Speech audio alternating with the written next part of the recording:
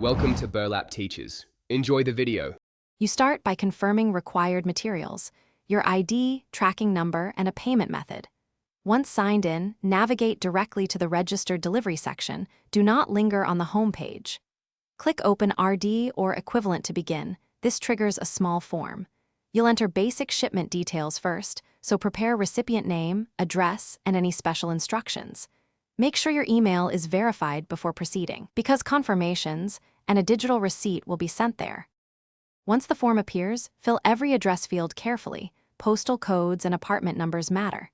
Next, select options such as proof of delivery, insurance amount, and signature requirement.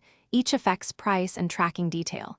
You'll also pick a service speed. Cheaper equals slower. Before submitting, review the item description and declared value because it impacts liability.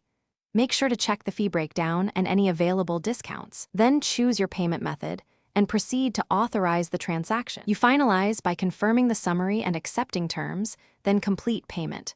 Once paid, download or print the label and copy the tracking ID.